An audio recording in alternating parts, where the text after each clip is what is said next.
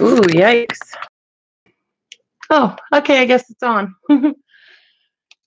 Oh, hi, you guys. Yeah, I was cleaning off my table, and I'm a little. Okay, let me turn this off because that bugs you guys. Hi, Darla. How's it going? Hey, Carla. What are you guys doing? Hi, Patty.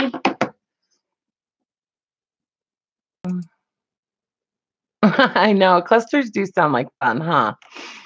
Um, hang on. I was trying to see if I could zoom in a little bit.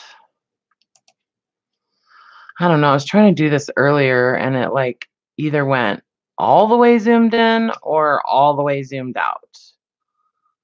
Like, yeah. So, well, guess I guess we're zoomed in. I guess that's just the way we'll do it. Okay. Oh my gosh, you guys. You want to see what I was doing last night? Crazy. So I was working on micro tags. Look. Look at all of them. Okay, who else do we have? Ada Doll. Hello. Hi, Valerie. And Gina. Hi, Gina. Regina. Also Regina.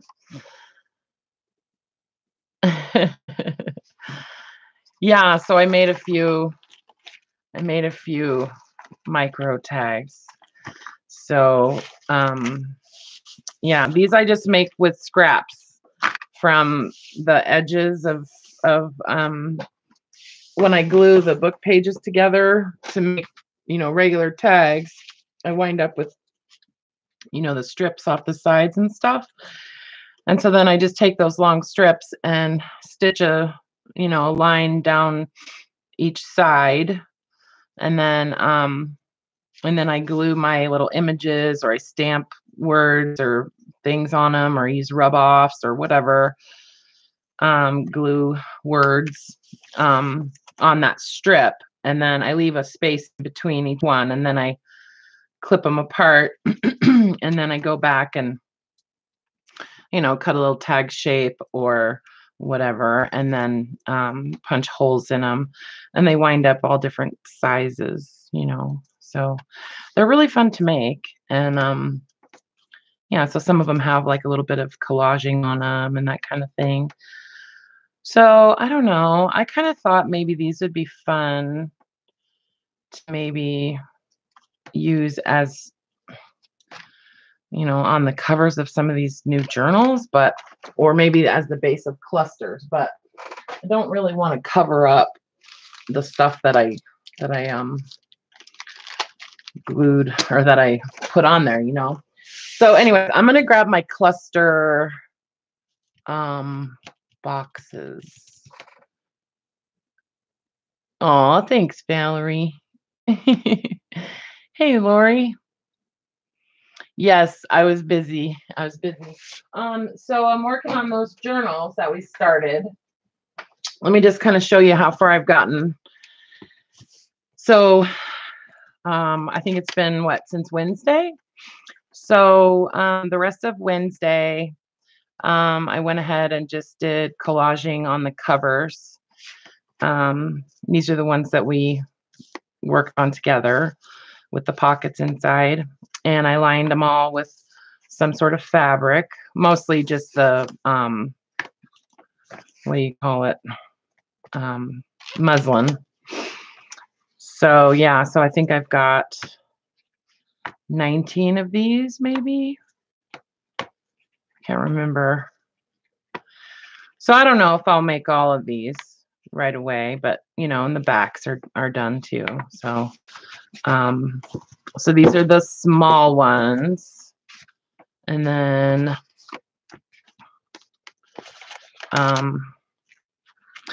these are the like medium ones, the slim ones.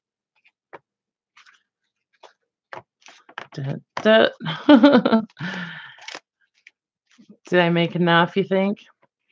And some of these I did something on the back, some of them I didn't. But I just used all kinds of stuff, like, you know, random things. And yeah, so there's those ones. And then these are the big ones. I think there's 8 of these.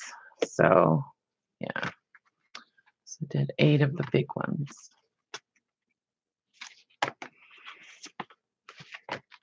And I'll, you know, obviously embellish the covers more, you know, as time goes by.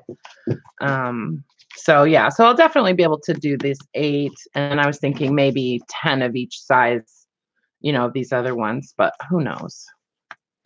Who knows? So these are really similar to my tags, I guess, that I've been making lately.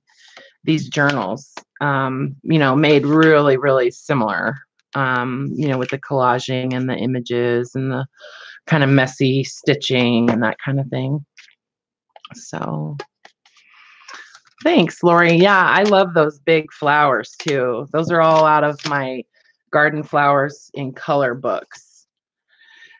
So Laura is not here today. She did give me my wake-up call, but she's not here. She's actually in San Francisco with her hubby, and she sent me a picture of some stadium where she is. So are you guys buffering? Hi, Brooke. Hi, Sherry. Okay. Well, yeah, I'm streaming right through YouTube again today, you guys. So and YouTube is a little bit more unstable than the rebroadcaster than using XSplit or any of those. Here, you guys, stare at this while I grab my stuff. Look at.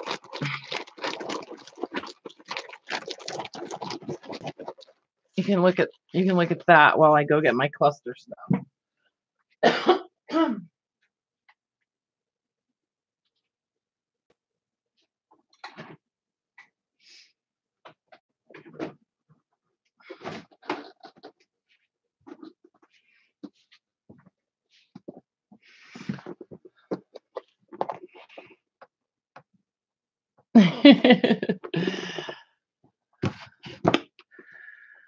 I changed the way I am storing my cluster stuff. You guys are going to miss my trays. But yeah, isn't that crazy? Look at all those stamps.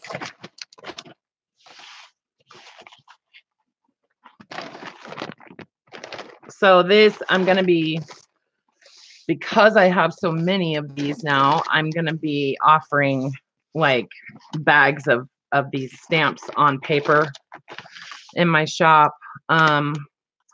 So they're all still attached to the, you know, they're just like the corner is torn off with the stamp. So I'm going to be selling like bags of these, and I'm not sure how large of a bag, but you know what's really cool is that a lot of them have the security envelope patterns. So if you love the security envelopes and you like to have a variety of those, these are really cool because there's just tons of different ones, you know, and a lot of these are really old. Yeah, so what I did was I went through a big, you know, bunch of them, and I pulled out all of the ones that had security envelope, you know, on the back of them, and kind of put those in a little container to use in collaging and stuff like that. And they're really cool in clusters. So I'll probably use some of those. So if anybody's interested in getting your hands on some stamps on paper, check my shop later on tonight. I think I'm going to get these listed today. So I bought a lot of them, a lot of them, because it was just so exciting to me to be able to, you know, grab that many at one time. So I sort of changed up, like I said, the way that I store my cluster stuff. I put it all into these guys because that way I don't have to worry about it spilling or, you know, anything like that. And so instead of that tray where I have, you know, a bunch of different small little compartments, I kind of consolidated some stuff and just did it like this. So I love these because you can just snap them all together. But what I need, and then these little trays come out too.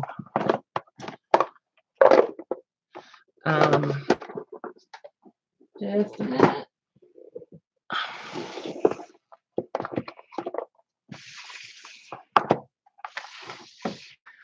So I like to put my little teeny tiny stuff all, you know, I put all the teeny tiny little scraps and stuff all together over here. And then I kind of go like around in a circle, you know, and just kind of grab. So, hi, Josie. So what I'm missing is some kind of fabric element. Excuse me, fabric or lace element. And got a bunch of like fabric scraps from Brooke. Just gonna pull out some stuff that I might want to use.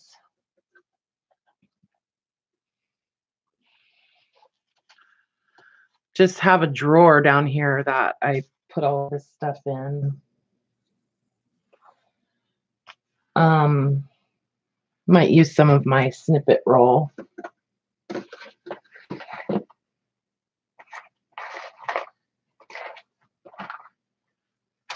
Some more stuff. I don't have any junk journal salad made up right now, you guys. But if you guys want some salad, I can definitely do that. Just kind of let me know if anybody wants some junk journal salad. Hi, are you live streaming? Yeah. Oh. Yeah, I'm live streaming. I'm just sitting here talking to myself. What's up? Well, I have this pair of leggings, and I've never worn them. And I didn't notice that the seam is ripped. Oh. And I was wondering if you would be able to sew that. Let me see. Oh, is it right in the? It's right in the Yeah, seam. yeah, I can fix that. Mm-hmm. Yeah. Okay. Yeah, it's not stretchy thread, so yeah, I can fix those. Awesome, thank you. Mm-hmm. I'll put on a Sam sweater. No, I fixed that already. Oh, you did? I know. It only took me a week to get it fixed. Just drop it on that cart right there, and then I'll, yeah. Okay, I think that's enough crap. What is junk journal salad? Junk journal salad is like, well, this is kind of like the beginning of junk journal salad. It's just a term that I came up with basically to describe this. So if you guys are wanting some junk journal salad, what I would do is I just go in and I kind of tear this stuff up like a little bit smaller, you know, into smaller pieces, and then I sell it by the bag in my shop.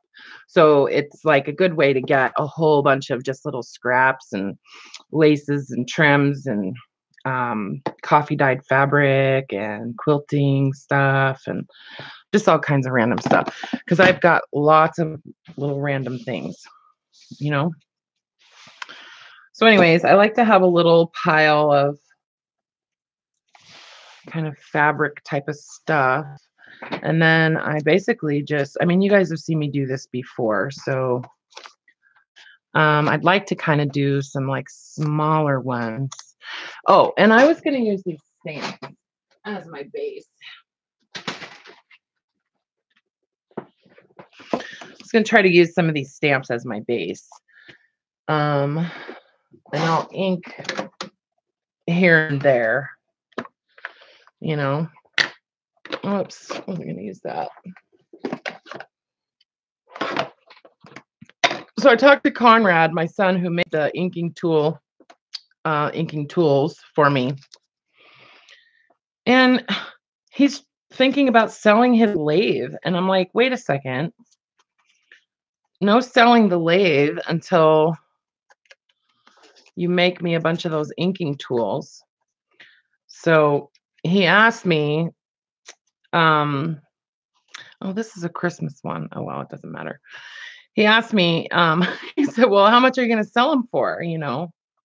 So I thought I would ask you guys, what do you think? What do you think would be a fair price for like a set of 2 of those?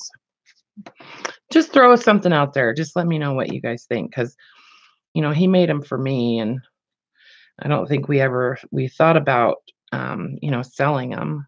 So I need lace. That's what I'm missing. I need some pieces of lace. I felt like I was missing something. So anyways. Yes, it does, doesn't it, Brooke? That's from the bundle I got from you. Yeah. And did I buy that, or was that something that you just kind of added in for me? I can't remember. Did I buy that from you, that little pack of fabric scraps?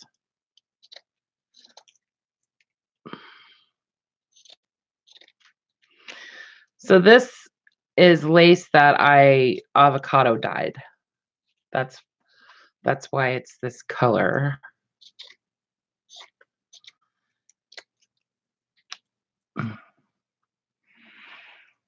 I bought that one? Okay. Okay. So I'm assuming you still have those packs for sale, because yeah, it was a really nice little pack of all of these different. I've been using these already on my little micro tags. So yeah, she has these little packs for sale in her shop, and it was quite a generous little pack too, and I thought it was a really reasonable price now that I think back on it. So that must be why I bought it. But yeah, so really cool little like vintage type prints and stuff. I don't know if these aren't feed sack fabrics, but they're kind of like reproductions maybe. Oh, and that's another thing. Oh my God. See, this is how I wind up with 10,000 things on my desk. So I got this from this shop on Etsy. I hope it's not backwards for you guys, but it's Morning Dove Quilts. A few actually are feed sack. Okay. I wasn't sure. I didn't want to claim that they were, but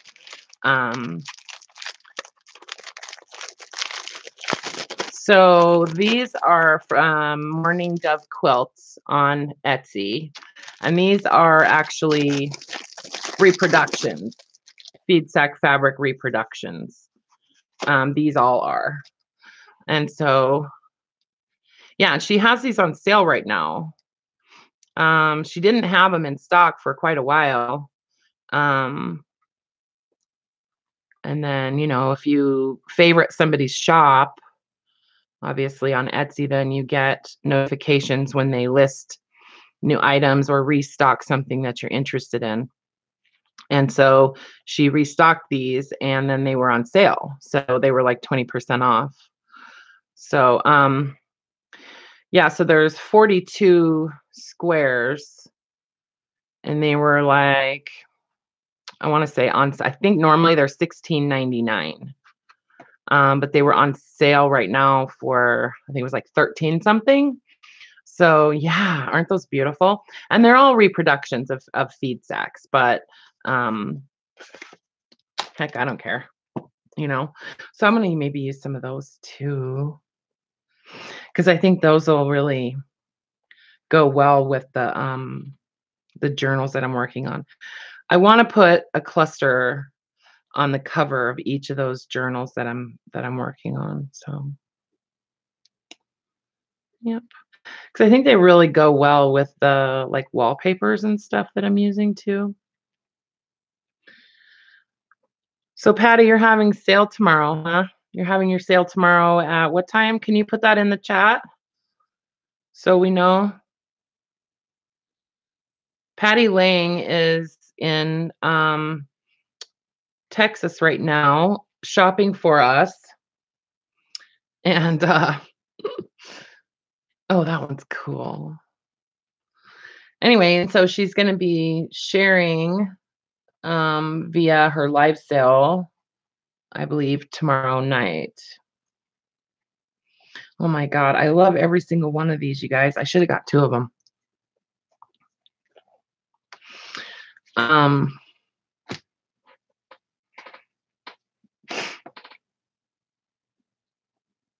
Oh, really? Margie, you got an idea for a yo-yo book? Nice.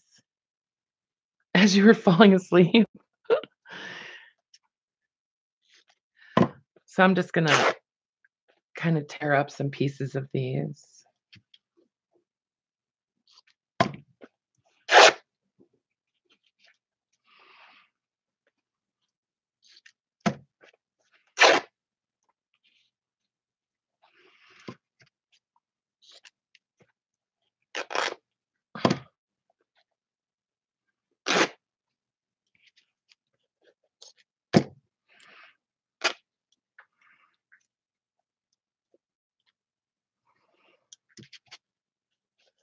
I haven't made clusters for a long time, you guys, so I'm sorry, but I'm a little bit kind of out of the you know, haven't done it for a while.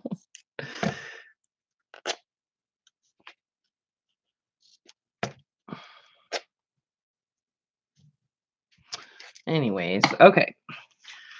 So I'm just gonna take one of these little stamps and kind of layer it with a piece of fabric. And some other little random things.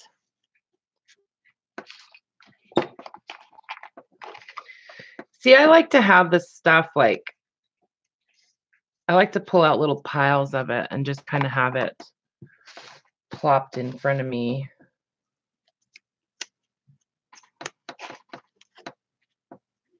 Oops, I don't want the heart. Yeah, see, I'm totally out of it right now. Okay. Yay, clusters. So I do them up about that point, and then I love this picture of these cows. I don't know why. I'm saving that. I have to save that.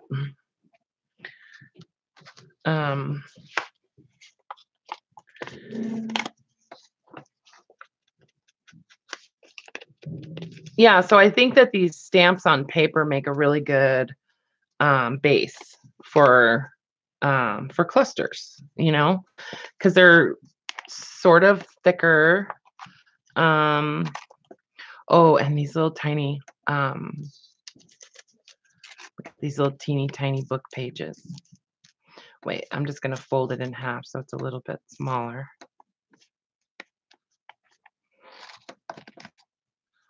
And maybe this little tag. And how about a bug? And This little first class mail thing. Am I mumbling, you guys?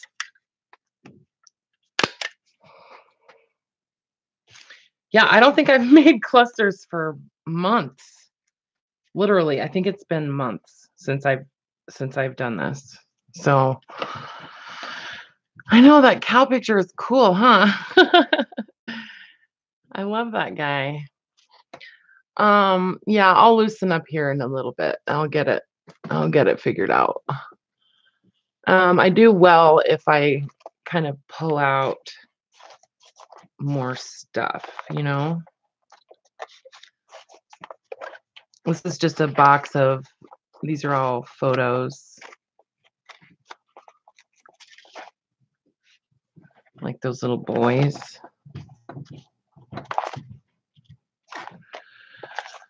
Some of these are photos that I've printed onto cardstock, so they're not the original.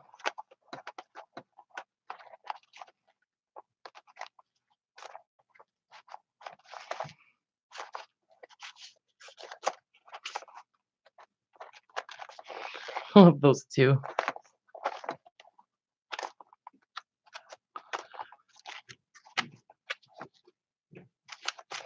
Anyway, okay, just a few little pictures.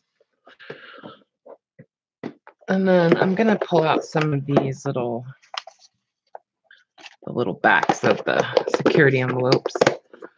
Okay, I'm starting to feel like I have the stuff I need. Starting to get in the groove.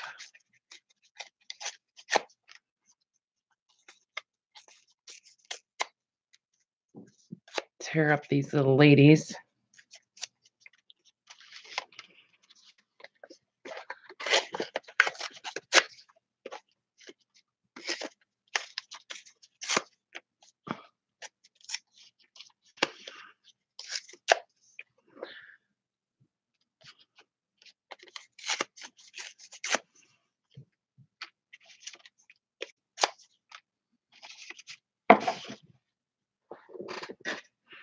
Oh, did I lose you guys? I hate this thing. I got to figure out my XSplit thing. This is making me super mad.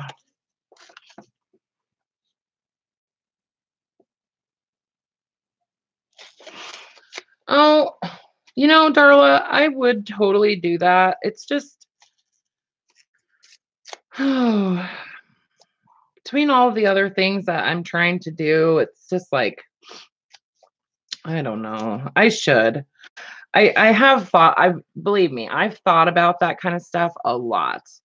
Like just scanning, like just scanning the ephemera and selling it, you know, just putting the scan up for sale on my Etsy shop.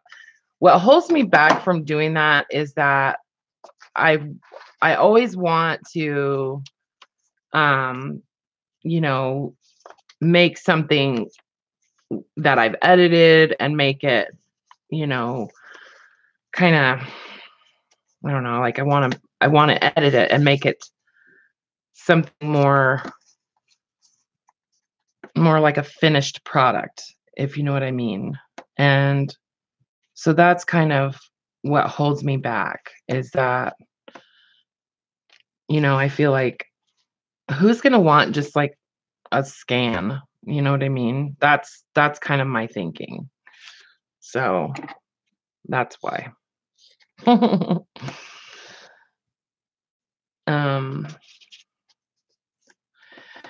Yeah, I know, because some of those images are really cool. Some of them are. They're really neat. And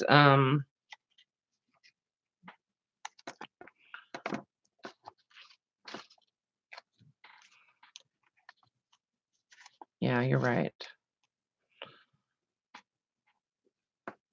I'm gonna put this little bug on there.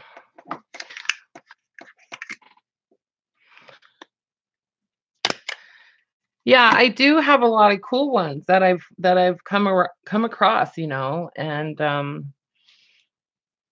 I'll look into doing that. You know, I've got nothing but time, baby.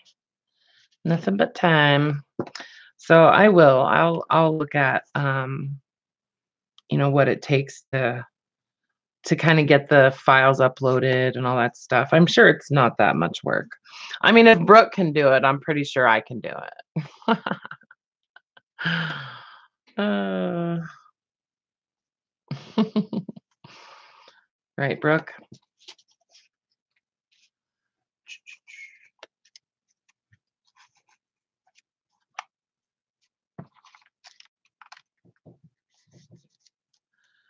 So I'm not going to make these super, super complicated or anything, like I really just want them to be pretty simple. And I might add something else,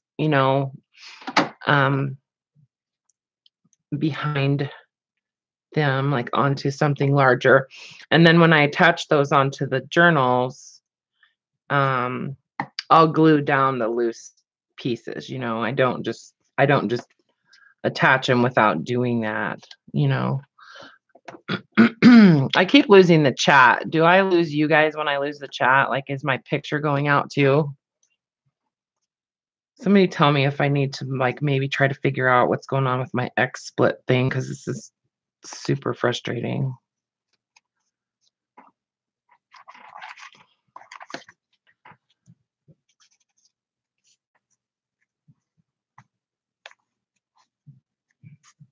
Okay.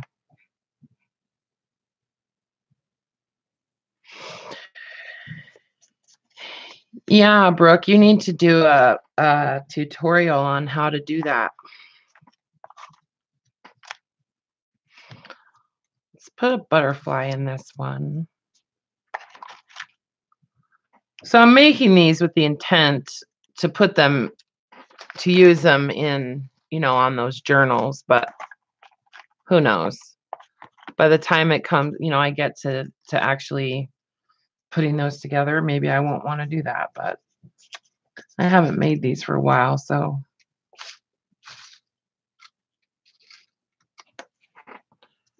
Those little saver stamps. Oh, you know what I wanted to use that I think would be really, really cool in clusters? Look at these tags. Oh, look at these tags. I got these from Patty. Look at them. These old, decrepit old tags. Aren't those cool? Yeah, so I think I'm going to use, maybe I'll try putting one of these or a couple of those in some of these.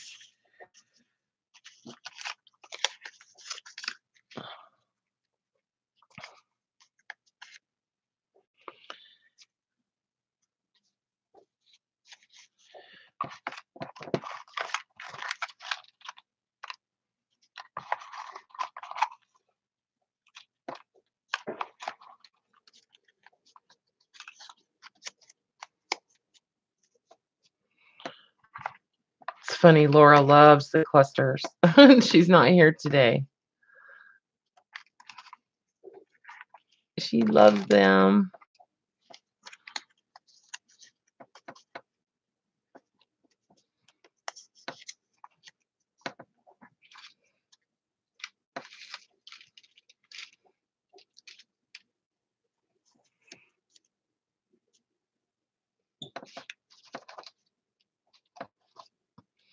Love these little playing cards. I find stuff as I'm doing this, like I'm thinking about all this other stuff that I have all over the place that I want to use in these.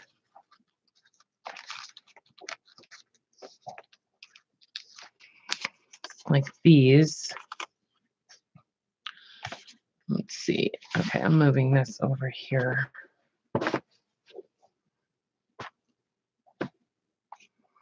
Oh, and I got this lace from Rachel.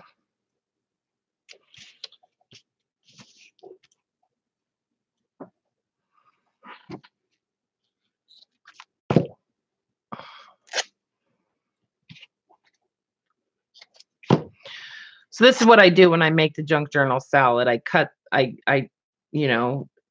tear the fabric and stuff into pieces that I feel like are a good size to use in clusters. So I just try to make sure that you can see each element, like a piece of each element,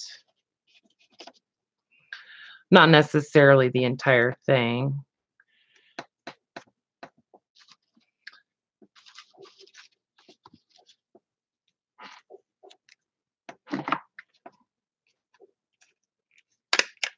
There. And then I'll come back in and add maybe some paper flowers and some buttons and that kind of stuff. Oh my God, I got the coolest little buttons. Oh, these buttons are so cute, you guys. They're doll buttons. It'd be hard to turn. Yeah, you're right, Brooke. You're right. I mean, I know how to scan on my printer, but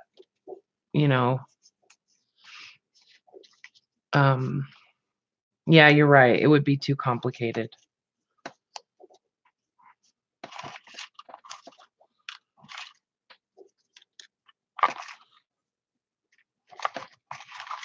See, this is why I had everything split up into those little compartments, because it's easier to just grab stuff out of them than from in those. Maybe I got to go back to the trays. Maybe I just gotta, because it doesn't feel like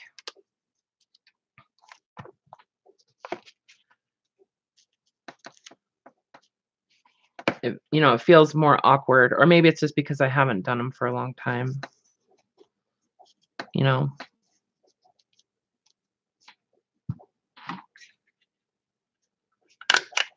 Yes, I love those little tags.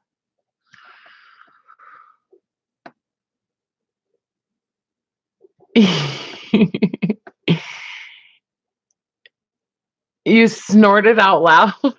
Why? I don't remember what I said.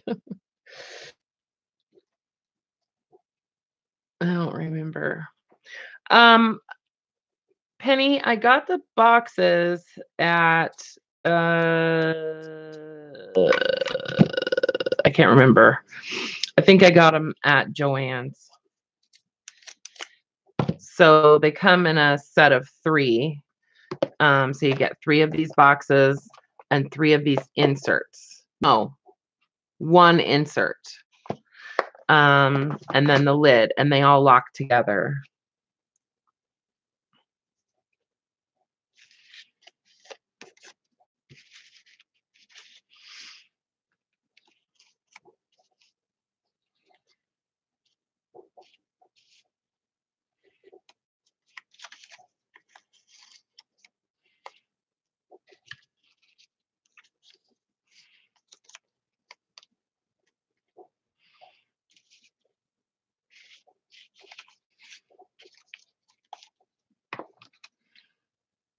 Yeah.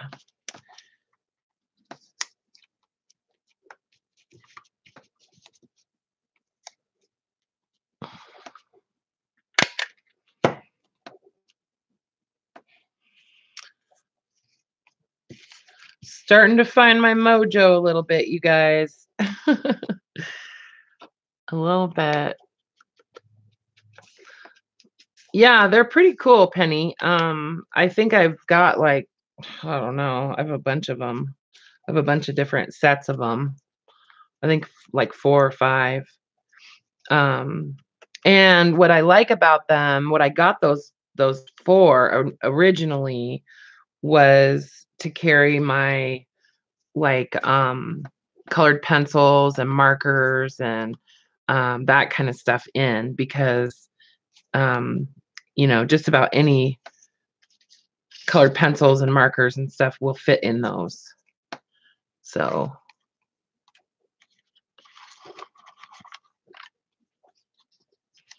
Yes, I like them too. Yeah, see, I don't like having to reach all the way up there. Let's get an airplane in there.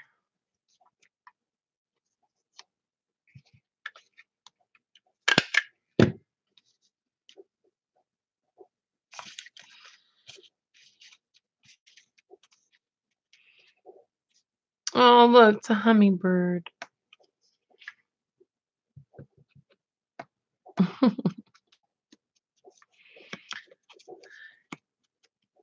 Yeah, I was for quite a while, I was on this like coloring kick, you know. Whoops, I have some more of those already. I was on this coloring thing. I mean, literally, I have probably I'm sure if any of you guys got into coloring too, you probably have the same problem, but um I think I probably have like 100 coloring books easily. Easily. Let's see.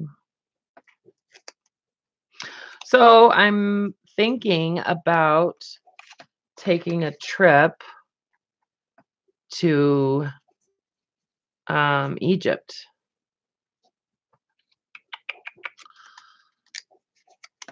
Doesn't that sound like fun, y'all? I have a friend in Egypt, and him and his wife asked me if I would come. So I'm thinking about doing it. Like, I think I got that from you, Carla. Thinking about doing it like in the spring. Yeah, wouldn't that be cool? I know, shopping in Egypt. Mhm. Yeah, imagine the fabric that I could get and the paper, you know? Mhm. I think it would be really cool in Cairo. Because apparently dollar is really strong there. So, it's something like this needs something firmer on the back. It's something like the American dollar is like 17 Egyptian pounds. So, and I read somewhere that, like lunch at a little cafe or something like that, um, costs like, 3 Egyptian pounds or something. So, it's pretty cheap. And, like a room at the Ritz-Carlton, they used as an example, in this one article. A room at the Ritz-Carlton um, starts at about $186 a night. So, if you're not staying at the Ritz-Carlton, I'm sure it's a lot cheaper. Oh, yeah. And then I have all these matchbook covers. I forgot about these. Yeah, see, I like using something like this for clusters that are going to be used on covers because, they're bigger. And that's what I was saying, that a lot of these, like, I may wind up attaching them to something bigger anyway. So let's see, find some kind of postage. Actually, I'm going to tear this. There.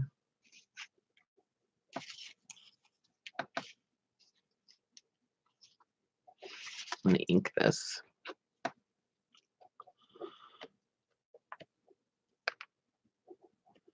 Right, Carla? I know, huh? That's a good idea. Yeah, that's a really good idea. Um, so I have a lot of clothes that, how you can buy like those skirts that, you don't need to iron them or whatever. You can just roll them up. I have a lot of that kind of stuff. So I could just pack my bag with like you know, a couple of those 'cause it's gonna be warm there. It's gonna be hot there no matter when you go, but it seems like. And I'm thinking about going in the spring, like March or April. And he said that, you know, like around my birthday in August that it's really, really hot. So probably wouldn't want to do it then. But yeah, and go to Alexandria and um yeah, I'm pretty excited. We just talked about it last night, so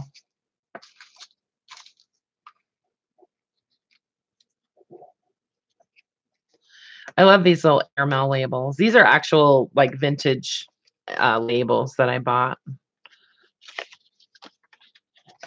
Yeah, see, tons of them. One more little thing on here. Just needs one more little thing. Okay, I'll put this piece of rack or a piece of seam binding. Yeah, I just wear all my clothes. Just put them all on my body, I know.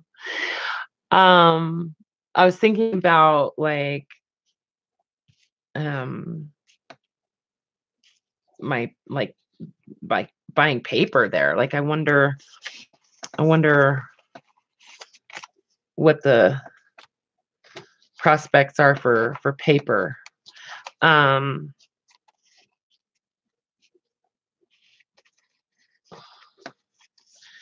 did you guys know that algebra was invented, that the Egyptians invented algebra as a way of keeping track of the crops and stuff? I think that's interesting. I love that kind of stuff. Okay, I'm gonna use another one of these little tags.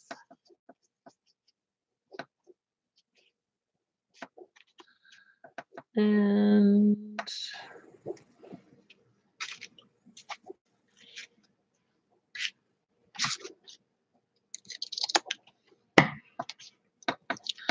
a little bit of lace.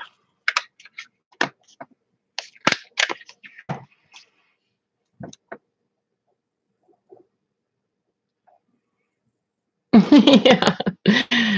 Yeah. So have any of you guys ever been there?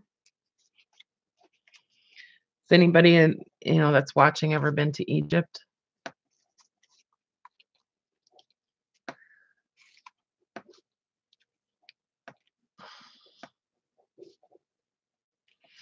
I'm actually really excited about it. It's something I wanted to do for a long time. I also want to go to India um, one day. And as I'm getting older, I'm feeling like I can do that kind of stuff more. Like I'm feeling more freedom, you know. Put this little flower in there.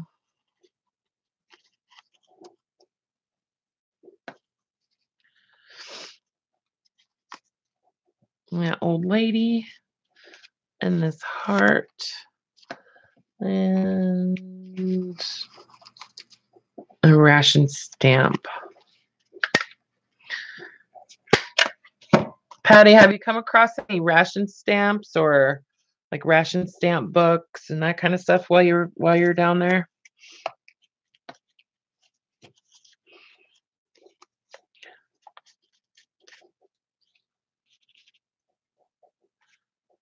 I'm trying to save out the Christmas stamps because I was thinking that it would be cool to include a bundle of Christmas postage stamps in some Christmas collections,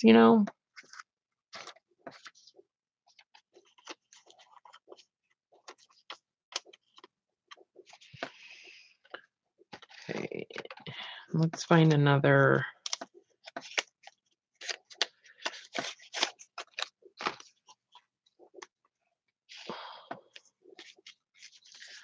California Driving School. A matchbook from California Driving School. Interesting.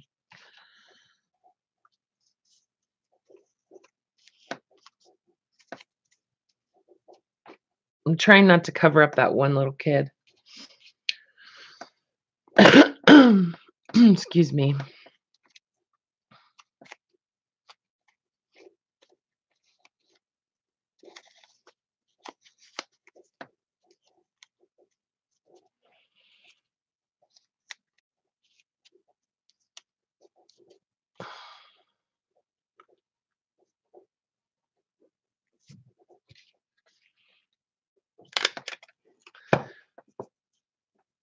You found 2 today? 2 ration stamp books? Yeah, India would be really cool, huh? You just got some ration books? Nice, Brooke. Um,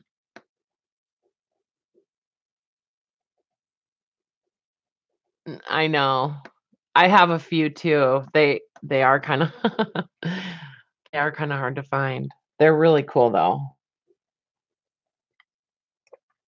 I've got a whole bunch of um, the stamps that I've taken apart and just separated, but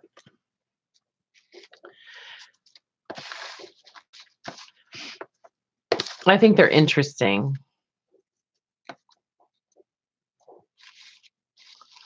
Such a weird time, in our country.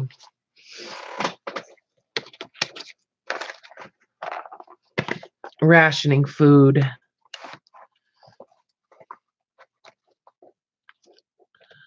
Okay.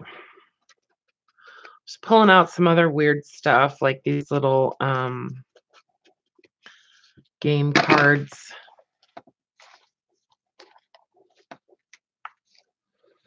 Got some doily.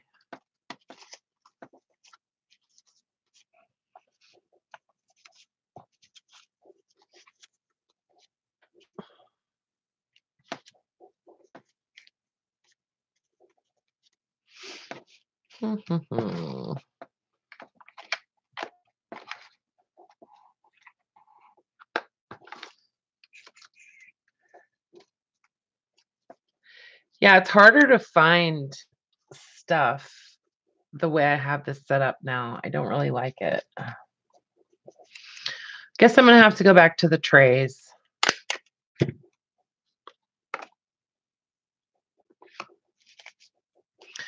It's just more difficult to see.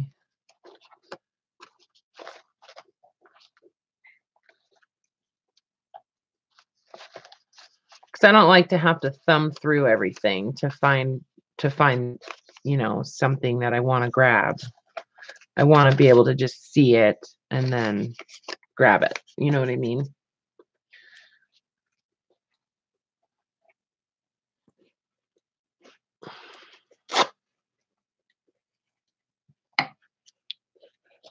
Yes, Brooke, I love these little fabrics. They're so awesome.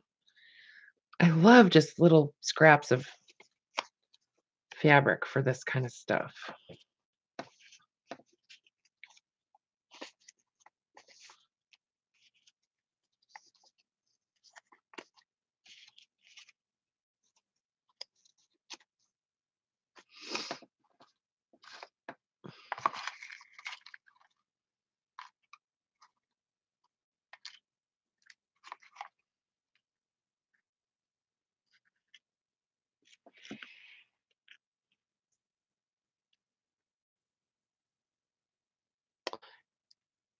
Mark was in India for 3 weeks.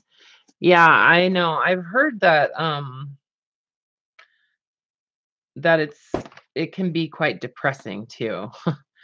A visit to India.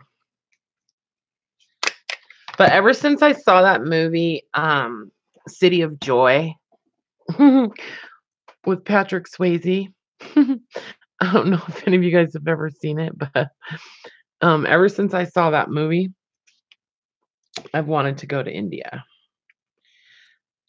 He kind of like he's like a surgeon, and he has a little girl die on the table while he's operating on her, and so he kind of loses it and takes off for like a sabbatical, I guess, to India. And that's a Christmas stamp too. Anyways, so he winds up there and he loses his passport, and of course he finds these like all these people in the slums, and he winds up kind of hanging out with them, and it's a good movie. I thought it was a really awesome movie. It's one of my favorites. And I'm not like all goo about Patrick Swayze or anything, but it is a cool movie.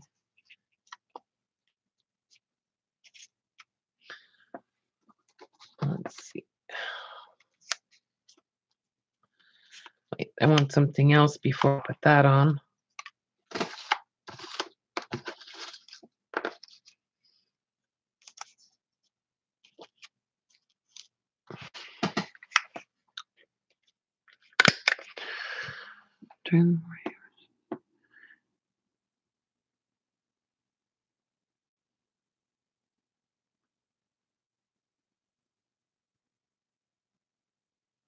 Oh, right on. You got your package? Good, Cynthia. Good. Yeah, so there's another package that has the media, like the books and stuff in it. And so I'll be doing a live sale again this next Saturday, okay, you guys? Like at the same time that I normally stream. And I think what I'm going to do is put together I don't know if I'm going to do the build a bundle again. I might. It depends on what I find.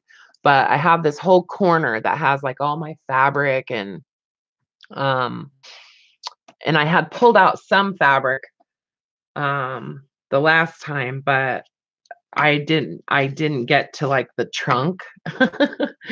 So I'm going to get into it, and there's a bunch of upholstery fabric and stuff that I want to cut up. I think it's better, rather than selling yardage, to cut it up into usable pieces for people that are into junk journaling. I just think that makes more sense for us, for us people. What do you guys think? Tell me what you think.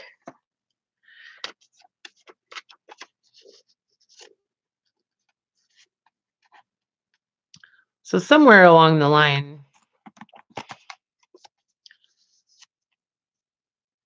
we got in our heads that making these clusters was all about not thinking or something. And, like that you're not allowed to think while you're doing it or something. I don't know, but I'm always thinking, like it's not really even about that. Okay. There's a little saver stamp, and yeah.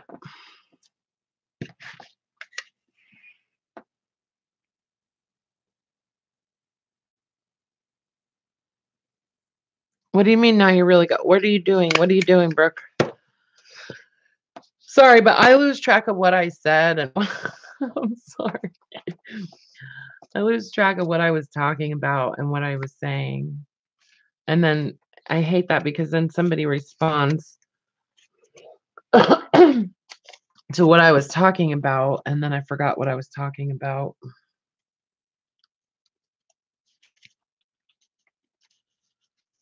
Okay.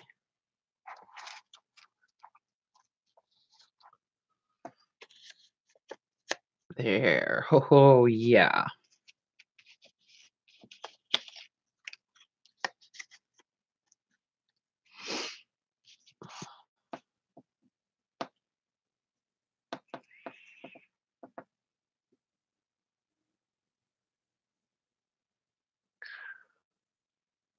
Okay.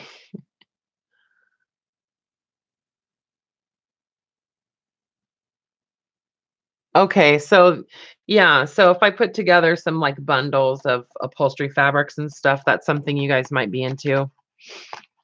Like say pieces that are large enough to cover a journal, like a full size regular size journal.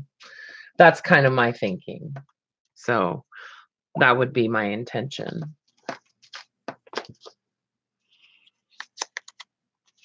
Wait, I want to use another one of those really cool tags, even though I don't want to use them all. They're so cool.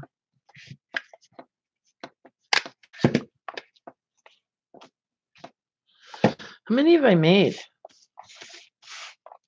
Let's see. It's so funny whenever I'm doing this, I always lose track of how many I've done, and then I'm always so surprised at how many it actually is.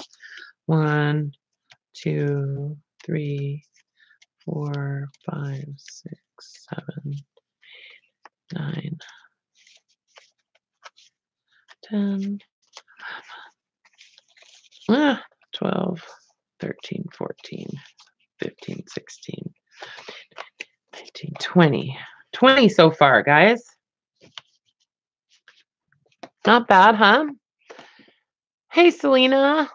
I was at your stream for a little bit, but I had to come over here.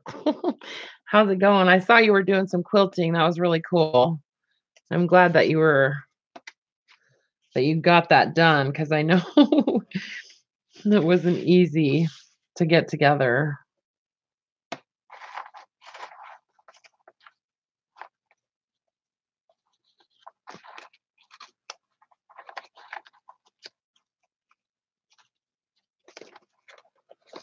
Just making clusters.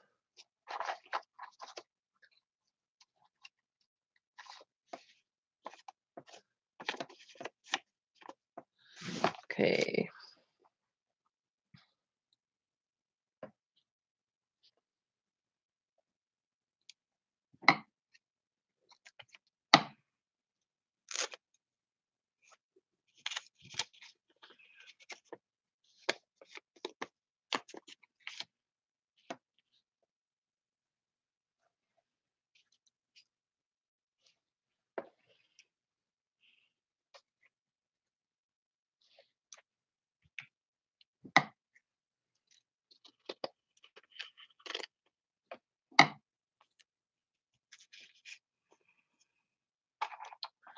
Then I need something a little bit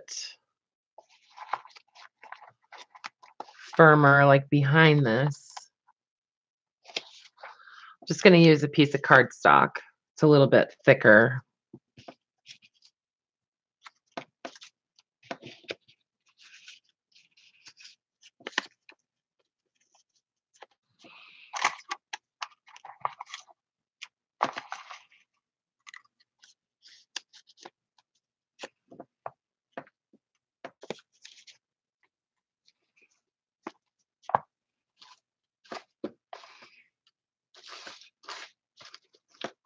I love these little labels. Those little tiny Denizen labels.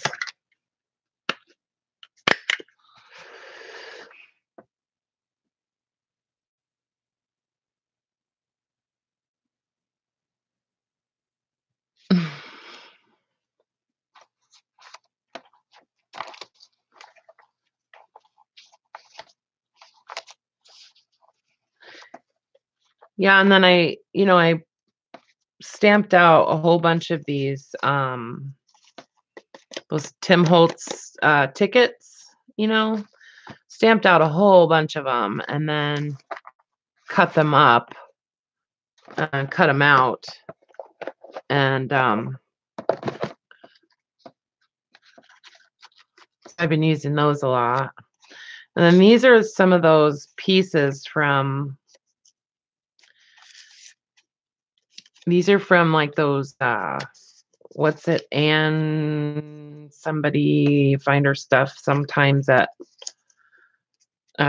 Tuesday morning. These are those card kits, and I like to take the kit comes with like these embellishments in it, and then so I like to take the little pack of embellishments and cut them up.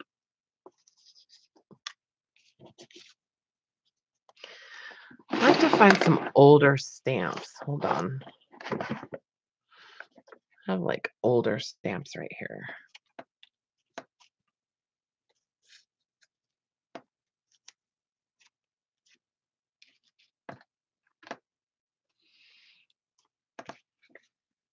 Yeah, Anne Griffin. Yes. Thanks. Anne Griffin. Yeah, she does those little, kits that so you can make cards for different occasions and stuff. And I just like to get those and see that, and you just cut the pieces apart and I use them in clusters. So, yeah. And some of these are the postage stamps on paper, and I just love using these for clusters.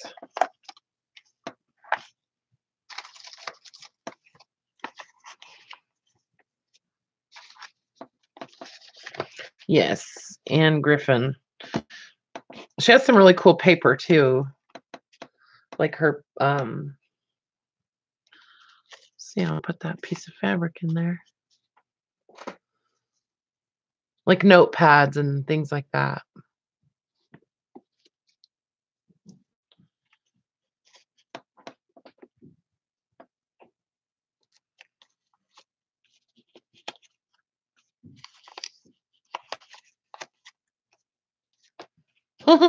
Some of these clusters are crazy, you guys. They just have crazy stuff in them. Oh, God. Crazy, crazy. They're super fun, though. Hi, Elizabeth. How's it going? How you doing? You're in Spring. I forgot to say. I know. I'm getting firewood, you guys, on Tuesday.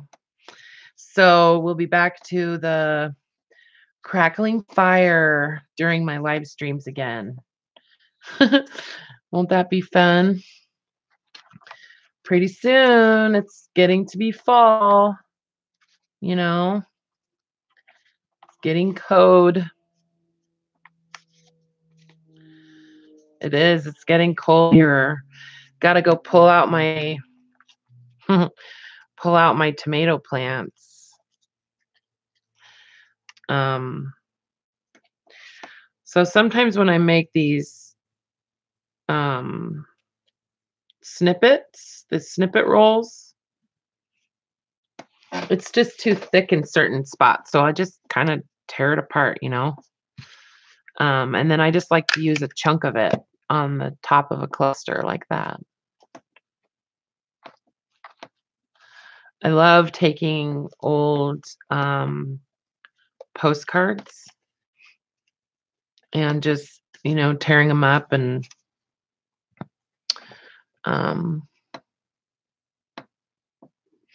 using just elements from the postcards. There we go. So take I like the little flowers on there, and then maybe this is a little piece that came off the back of it. So just kind of layer it on like that and, just use every bit of it if I can. Let's take some more fabric. This is some fabric from that. Oh my God, I got this quilt top, you guys. It's so gorgeous. So gorgeous. It's really, really old and literally just falling apart. Okay, I'm gonna ink this lady.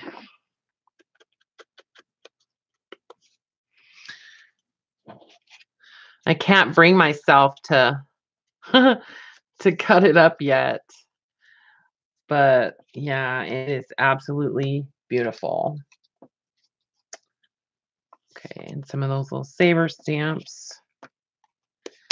And then remember, like I said, I'm going to come back and I'll kind of pinch these staples with my pliers, and then I'll glue some little paper flowers and some buttons and stuff like that on these.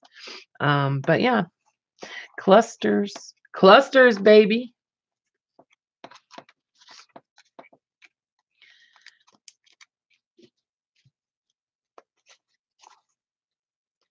I could probably pull out. Oh, you know what? I've been saving these boxes from the gauze. Been saving these boxes just for clusters. Hang on.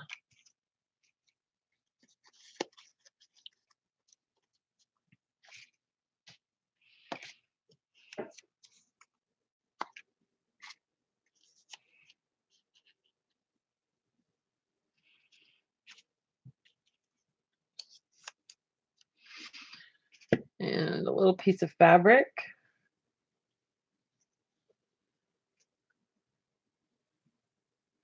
Or how about some of this lace? I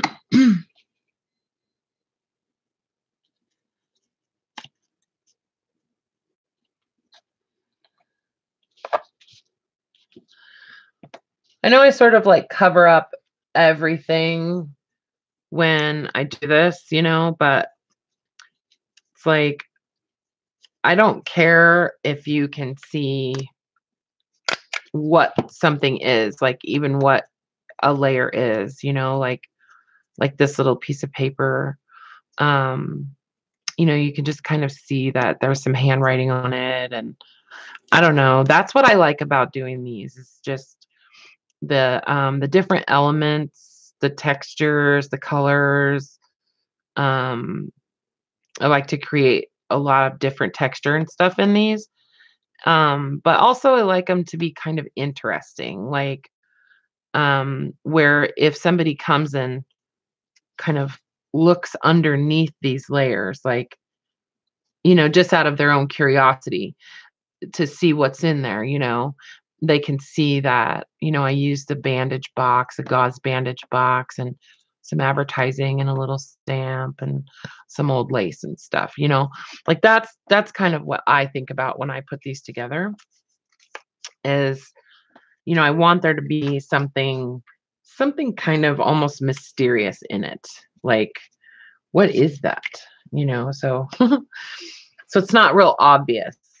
But I like it to be obvious that there is actually something there at the same time, Um, so I don't add a layer and then completely cover it up, because then it's just adding bulk. I want I want whatever I'm adding to be contributing to, not just for the sake of adding it. I hope that makes sense. You guys are pretty darn smart, so I'm pretty sure you know what I'm saying. Mm. Yeah, I slept like super hard last night. I slept a long time. I sat in bed and I was going to try to sort out those stamps, Like that was my project for laying in bed, And then I literally fell asleep with a handful of stamps in my hand, and when I woke up, yeah. I heard you guys talking about Anne Griffin.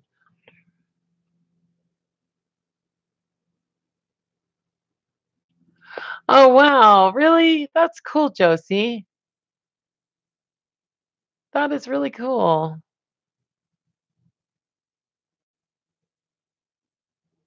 Exactly, Brooke, like a small child with candy. Okay, so before I left my ex-husband, when two of my kids were both kind of younger, they think they were I think they were 3 and 5 when we split up, but um my son Sebastian, who is 19 now, he's my fourth son. He used to refuse to eat his dinner, right? Like he was just that kid. Like he was super picky and only wanted whatever he wanted, and would have literally like a fit about it. And I always tried to make sure that, I mean, I wasn't one of those moms that was like, no, just eat it and shut up, or I never forced anybody to eat anything that they didn't want to eat.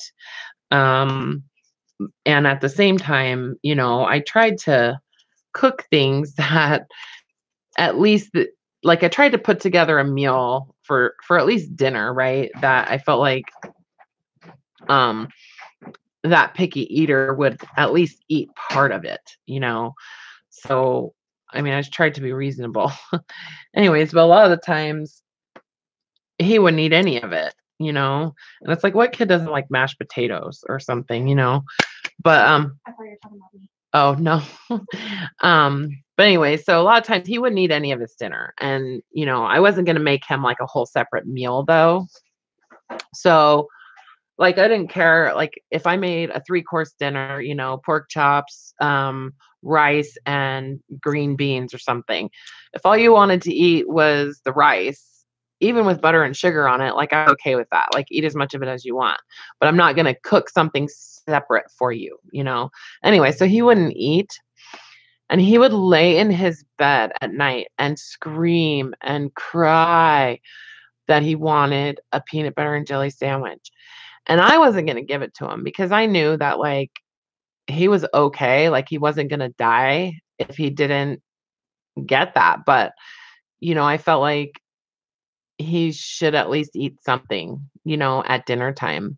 And if he did eat something at dinner time and he was still hungry, then, he could get that peanut butter and jelly sandwich later.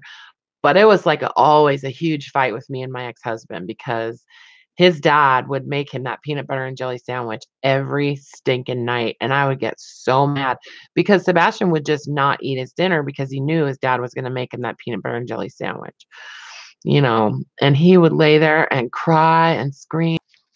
And then I try to get the kids to clean their room. I don't think my kids ever cleaned their own room the whole time that I was married because their dad I was always the bad guy, you know, always. I was always the bad guy. Like, I was always the one that had to make the kids do stuff.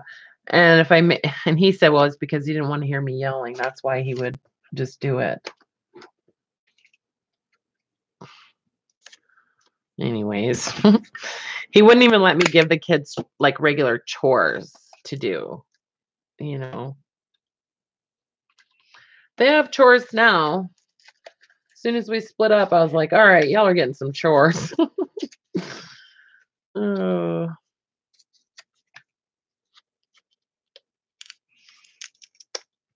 I know. I'm a terrible bad guy. But it's so funny because I used to be so stressed out all the time. Like, oh my God, I was just horrible to be around, really, you guys, when I was married to their dad. Like, I was so unhappy. So unhappy. And I didn't even know it. Like I did not even realize what was going on. And yeah, like it didn't even dawn on me until years later, really, that that I was that unhappy, and it takes a long time when you're in a long-term relationship, right? It takes a long time to recover and to kind of like recreate yourself a little bit when you know, for so long you've been half of a whole unit. You know what I mean? Like whether you were happy in the relationship or not or whatever, you're still half of a whole. You know, you're Jessica and, you know, whatever, Daryl. And you know, and then suddenly it's just you. And it's like, wow, like now what do I do? You know, and even and that I think is a lot of the reason why a lot of people just stay in an unhappy relationship, because they're just used to it. Like they're just there and they figure that's all they're ever going to have and that's all they're ever going to be. And um you know, it, you just and it's not even so much as just like paralysis. Like you don't even see outside of that there's something else, that you could be someone else and you could actually accomplish the things that you want to accomplish, or you know, that you don't need anybody's permission to do anything really. um you know what I mean?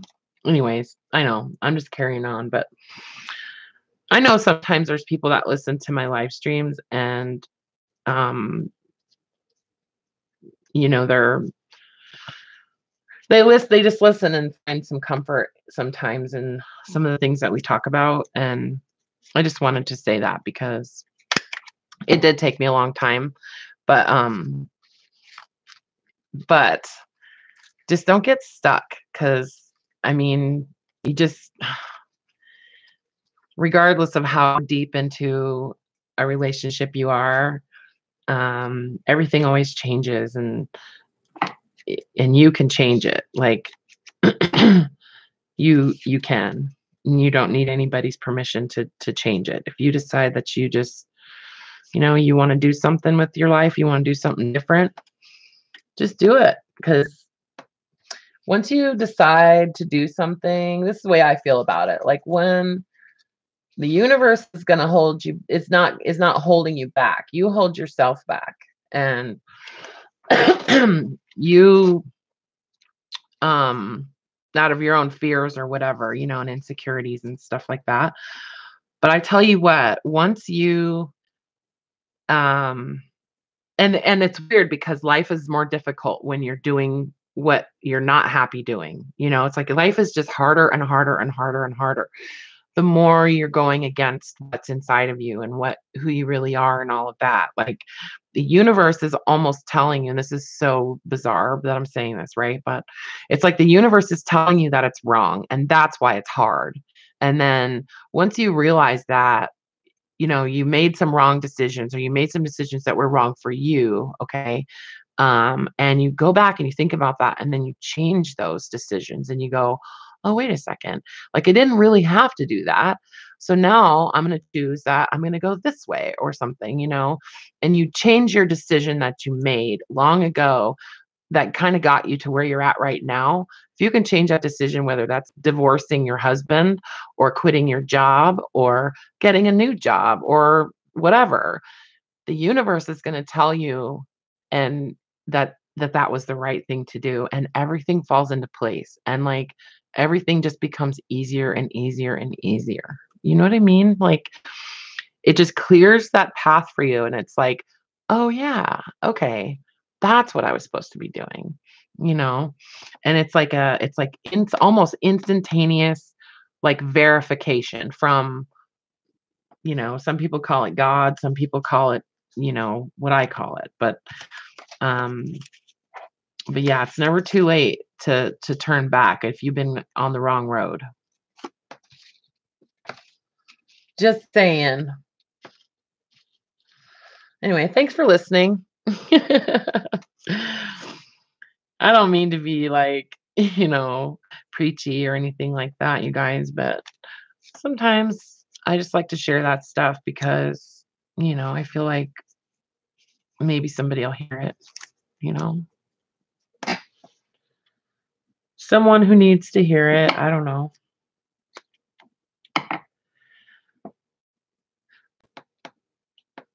So I'm just glad that I can do what I want to do, you know? And life has gotten a lot easier.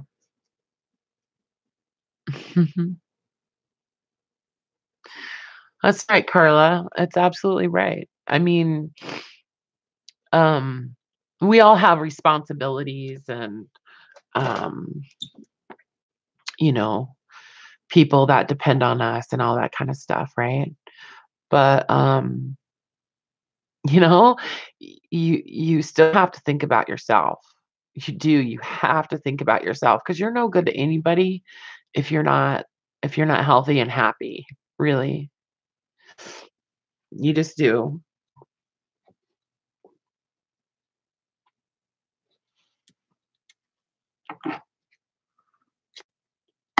And I would honestly rather be by myself for the rest of my life than, feel ever again like I was obligated to do things every day that I didn't want to do, you know?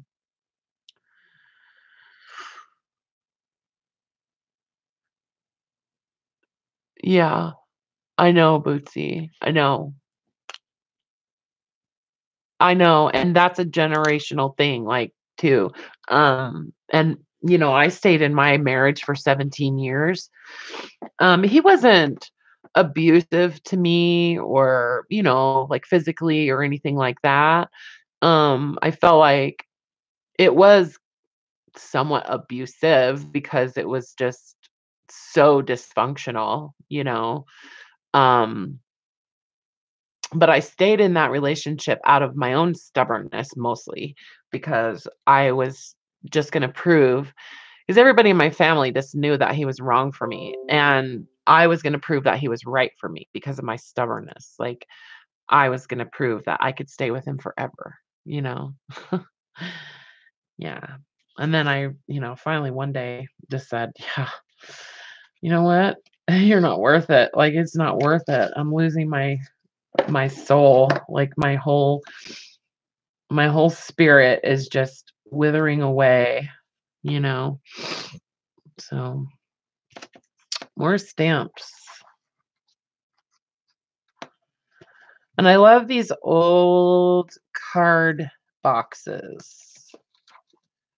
Like, these are so cool to use for clusters.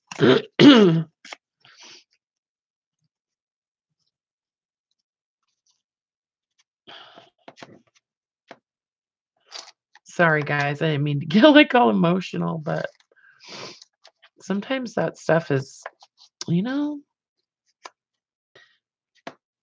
say what's on your mind. If y'all were here in my living room right now, we'd probably all be crying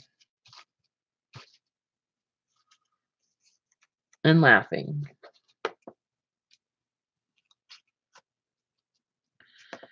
Okay, this needs another layer of fabric. Let's see. Or wait, no, lace. See, okay. I was gonna pull out. All right, hold the phone.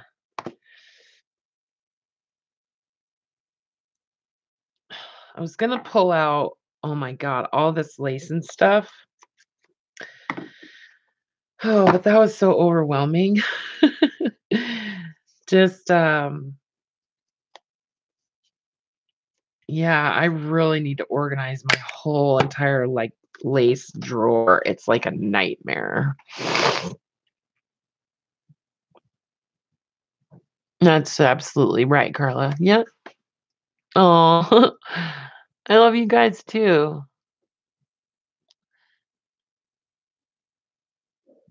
Love you guys too. I need some coffee.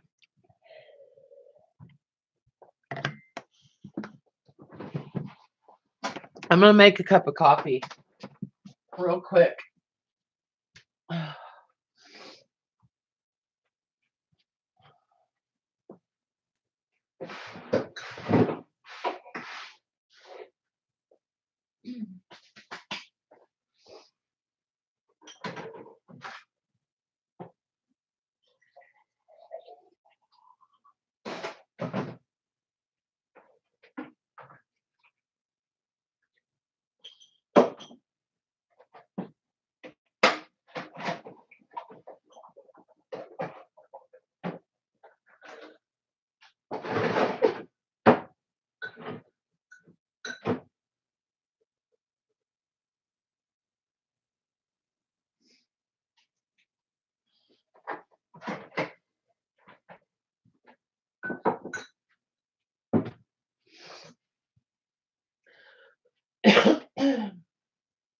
I broke my espresso maker a couple months ago.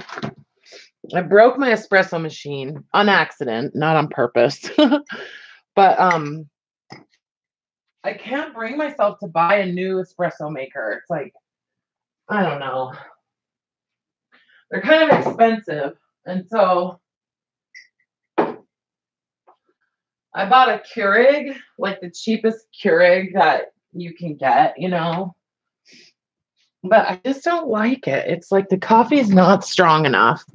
And I've even bought the refillable little things, But I can't pack enough coffee into them and still get the water to go through. So to make the coffee strong enough. But I mean, I kept it because, it's there anyway. Oh man. I think it's loving that or. Oh, I think so too, Josie. I wear my heart on my sleeve. I really do. And um I know I just need an espresso maker was what I need, Bootsy. Do you want me to call you Roy? I'll call you Roy if you want. I like Bootsy though. um Anyways, yeah, I just need to break down and get a new espresso maker.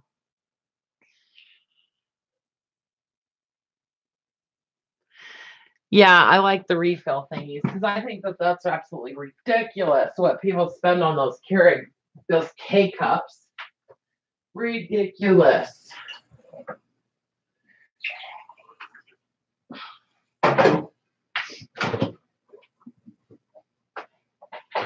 Well, part of the reason that I went to this too is because I drink coffee all day long, and I was drinking so much milk.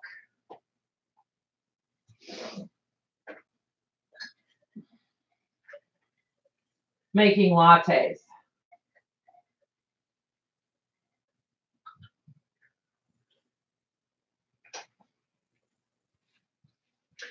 So I was trying to cut down on the amount of milk that I'm consuming, So I thought maybe if I could make a decent cup of coffee that's not espresso and just use a little bit of half and half in it, then I won't go through so much milk or drink so much milk. But I don't know.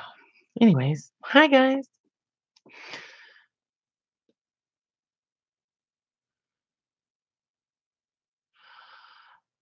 So that's interesting that you brought that up, Beth, about the smell. Because I'm gonna tell you that first of all of this stuff that I've got here came from a million different places, right? All those books came from, I mean, seriously, like just literally came from a million different places. And, the only things that you really have control over are things like this fabric that I bought from a shop on Etsy. I know this is new fabric, right? But I don't know. I mean, she says it's a smoke-free environment and all that. But I have some ways of deodorizing stuff. And if I notice that there's a smell, okay, what was it that I was making? Well, sometimes there's just certain things that I use. Um, Sometimes there's things that I use that, well, especially paper. It's, you feel like it's hard to get the odor out, but Febreze makes a unscented deodorizer for fabric, and you can spray paper with it. Okay. It comes out like, I mean, if you just spray a sheet of paper with that stuff, obviously it's got a water element. So it's going to like change the texture. It's going to turn it like crinkly. But a lot of times I will spray my journals with those, and I'll just spray the whole journal. And then I'll just kind of give it just a little bit of a very, very light spray of kind of a neutral, like room deodorizer or something, right? So I'll spray with that fabric, deodorizer that has no scent. And I even buy it on Amazon. I buy it by the gallon. It's this deodorizer. And I've talked to people who do upholstery and stuff, like they reupholster old um furniture. And what a lot of people use in that industry is actually vodka and water.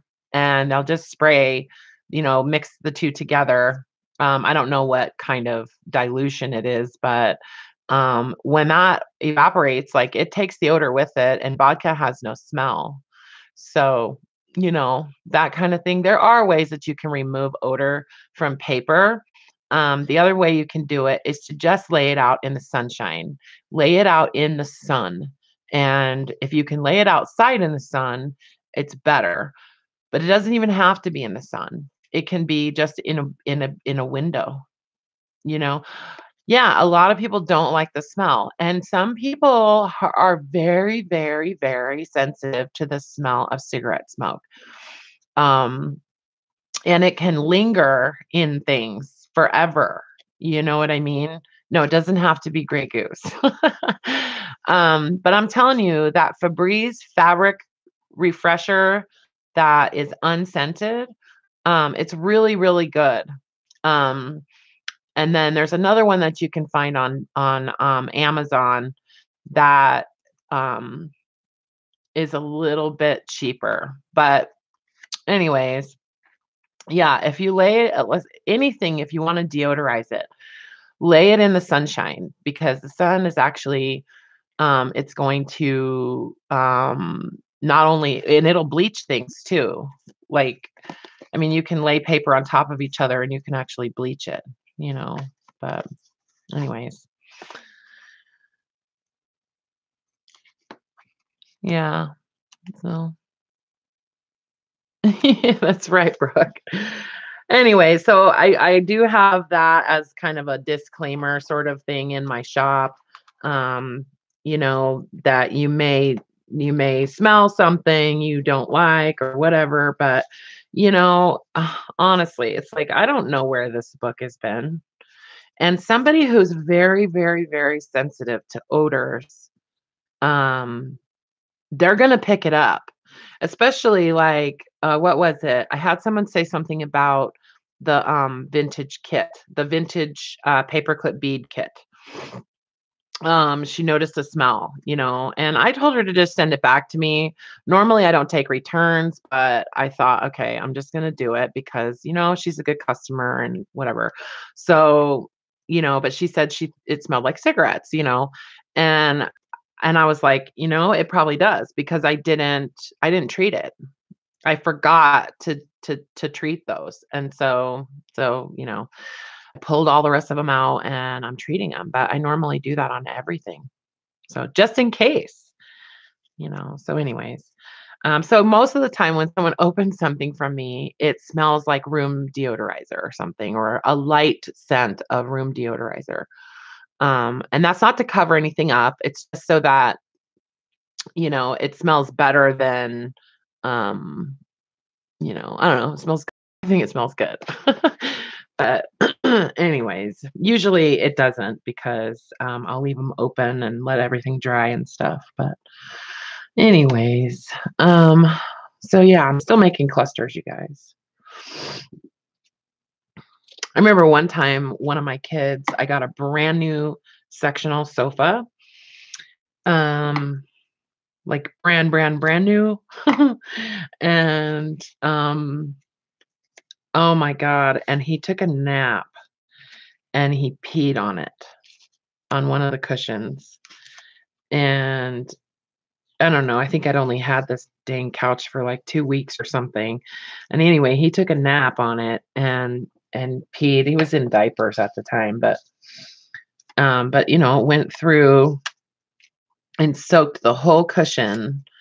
And oh my God, I was so upset. And then I just took that cushion and I took the cover off, And then I set that cushion, and I washed the cover. I washed the cover. I didn't put it in the dryer, but then when I set it out to dry, I put it out in the sun, out in the yard. And then I took the cushion that was inside and I set it out in the sun for the whole day. And you literally could never, never, never smell that, he had peed on it. It was, yeah, the sari fabric. Exactly. I know. And I didn't wash all of that fabric that I got from India. I don't wash it all. You know, I mean, some of them I did. When I first started getting that stuff, I would wash it just by hand, but in small quantities. But now it's like, I can't wash all that stuff. So whatever. Whatever. Anyways, boy, this has been an interesting day, huh? Very interesting.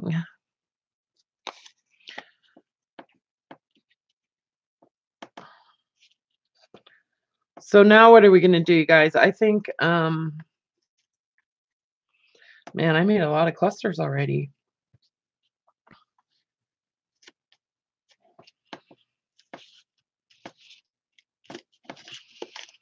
Let's see. I have no fingernails.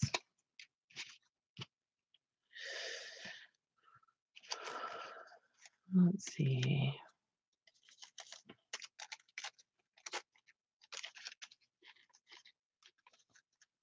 I love these little tiny book pages. They're so cute.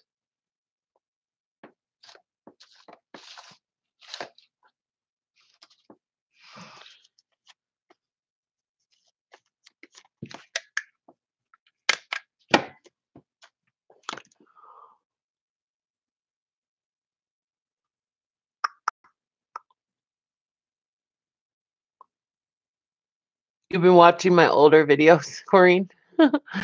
Nice. Yay. I know. I watch every once in a while when I'm watching YouTube, my videos will come up on the like autoplay because I have autoplay on. And sometimes one of my videos comes up and I'll just watch it. And it's super funny. The kids think that I'm watching my own videos. Like,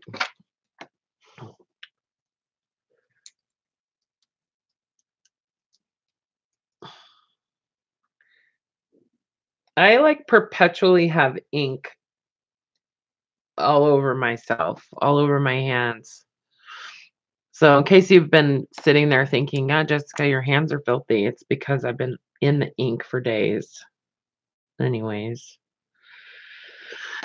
So I'm gonna sign off, I think, you guys. You got triple thick? Right on. Good job, Corrine.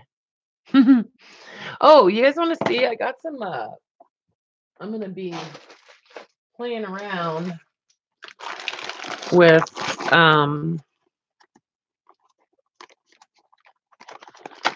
these.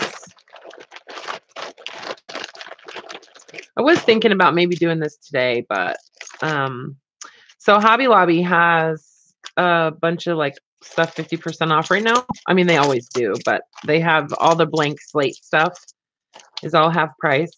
But my Hobby Lobby had a whole bunch of these that were clearance priced to 99 cents.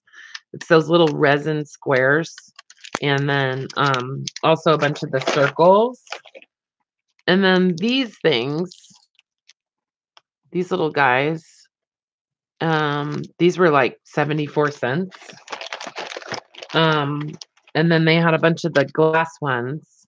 These are the glass little, you put something under it and then you glue that on top like something on paper.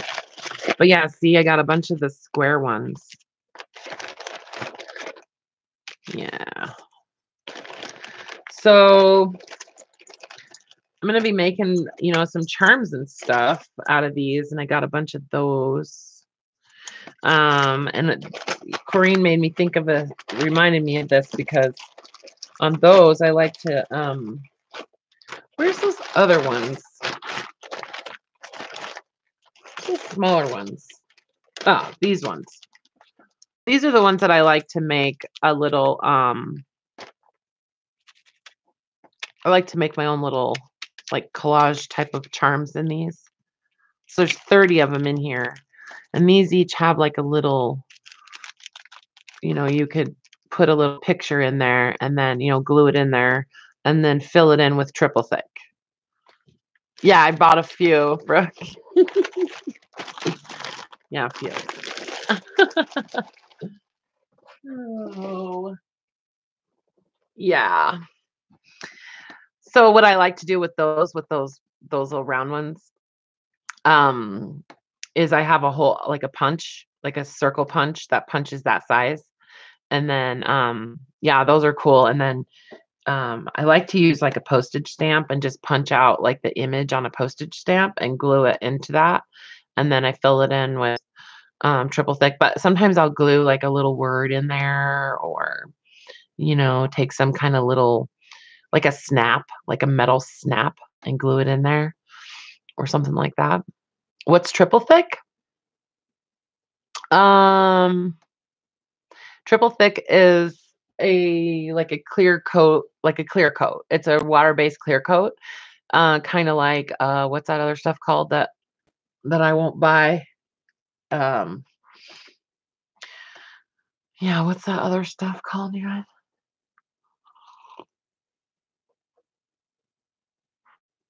Glossy accents. Yeah, yeah. Or diamond glaze. I've never used diamond glaze before, but I have used glossy accents, and I will tell you that triple thick is exactly the same. Yep, it's exactly the same. The only thing about any of those things, like glossy accents or probably diamond glaze, I can't say because I haven't used it, and triple thick, is that when I use those on my tiles, um, when I use that on my tiles, um, or like on these stamps or whatever, um, you have to let this stuff cure. I know. You have to, I know. You have to let this cure for a while, you know. Yes, thank you, Corrine. That's why I use triple thick, is because it's so much cheaper. It's $5.99 for 8 ounces, in a little jar, you know. And then yeah, and glossy accents is $5.99 for 2 ounces. Okay, so you do the math. But one of those jars fills this. One of those jars of triple thick fills this bottle. Okay, like that size bottle versus the glossy accents bottle, which is about that big, Yeah. So what I do, Corrine, is I squirt it on and then I spread it around with a brush. That's what I do on these. But let it cure, you guys, because like for a couple weeks, honestly, let them sit somewhere, face up and just really, really, really dry and really harden, because even glossy accents, if you don't do that and you just let it dry for like overnight or whatever, and then you scoop them all into a box like this, they're all going to stick together. Like they will. They seriously will stick together, and then you'll be super mad because they'll just all rip and stuff. I mean, I've had it happen. So, with the triple thick, definitely I recommend letting it set up and cure for at least a week, Yeah. So anywho, any other questions about triple thick? I put the eyelets in after, Elizabeth. That's a good question.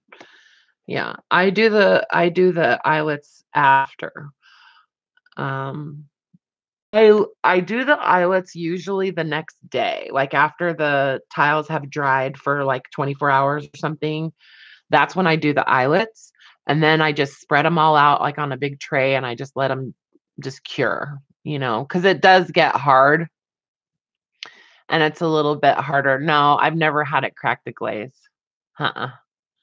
No, because if you do it like within like 24 hours when you put the eyelets in, if you do it within like 24, 48 hours, it's still a tiny bit soft, you know. It's not really wet, it's just it's not cured yet. So, yeah. So I do it. I mean, I could do them now. It wouldn't crack the glaze. I mean, it depends on how thick you have it too, you know. I mean, I sometimes will do 2 or 3 coats on things, on certain things.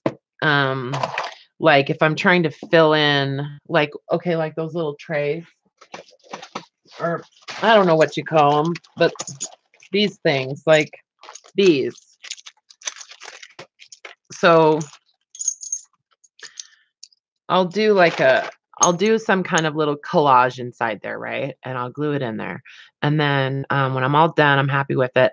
I'll fill it up. Like I will completely fill this up. Yes, like bazels, exactly, like these things. See, I'm covered with ink, you guys. Um, so I'll fill it up to the top with the triple thick, okay? That I will let dry for 2 days. And then once that dries, it'll actually like shrink, you know, the triple thick or diamond glaze or whatever you're using. It's going to shrink because all the water is evaporating out of it, right? So once it shrinks and that kind of stuff, then I'll fill it again. I'll fill it up again. So I'll do 2 coats with something like this where it's real dimensional and it's real thick, and I want it to actually kind of fill up all the way to the top, you know. Sometimes you have to do 3, you know, it just depends. Um, on these, let me show you these little buttons. I'm not sure how we got on this, but this is cool. So I did these buttons. Carla has a tutorial making these buttons, you guys. You should check it out. It's pretty cool. So I did these buttons with postage stamps. And I don't know if you can see, but when I put the triple thick on these, I just squirted it on there before I put the holes in. Okay.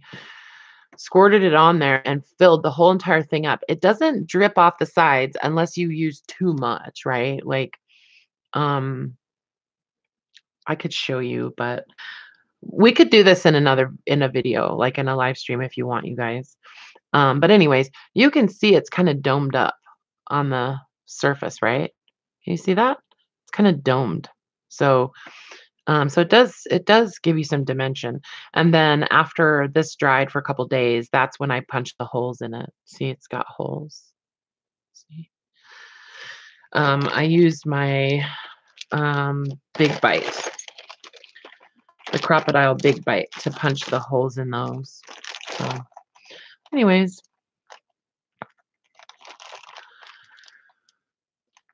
yeah, I mean, it does take, I would say, 2 weeks to really completely cure so that you could put them in a bag like this and not worry about them sticking together, you know.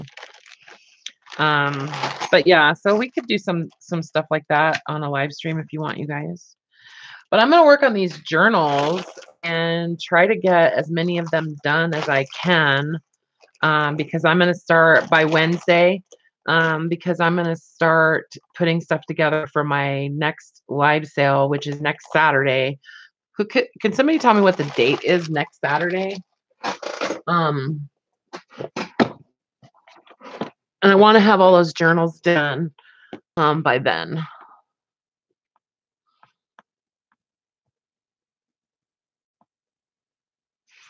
Yeah, that's what I would say, Corinne. Like 2 weeks.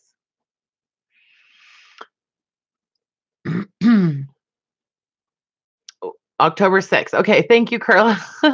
Okay, that's when my next live sale is going to be, October 6th. So I'm going to try to get these journals done and listed by Wednesday or Thursday. And then I'm going to take all day, hopefully Thursday and Friday, to get stuff ready for that sale. Is anyone streaming Thursday night? I don't know. Are you, Brooke? We definitely have a hoot and a half here. Yeah, I think you should, Brooke. Yeah. Yeah. You guys want to come and watch Brooke on Thursday? Let's do it. Put it in your calendar.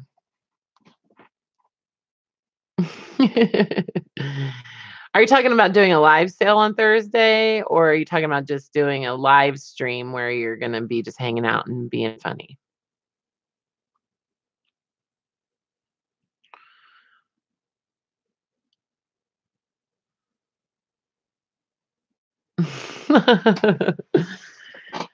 Oh, okay, well, maybe haul and sale. Okay, that sounds good. That sounds like fun. Okay, well, I'll help you if you need me to. I'd be happy to. Okay. So Patty live sale on Monday. Patty, put in what time, if you don't mind. And then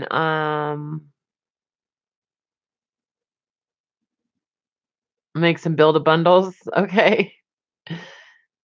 Yeah, Brooke has a whole bunch of paper ephemera she needs to purge, you guys. So absolutely, Elizabeth. You guys go and subscribe to Elizabeth's channel.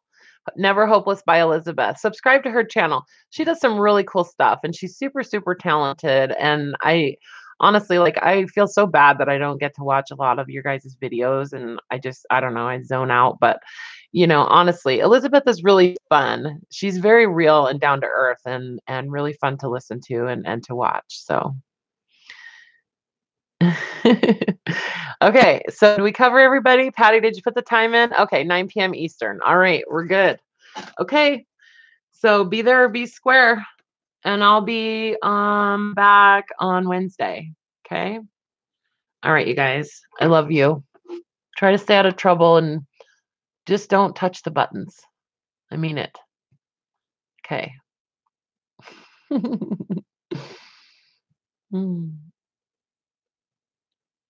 Bye, guys.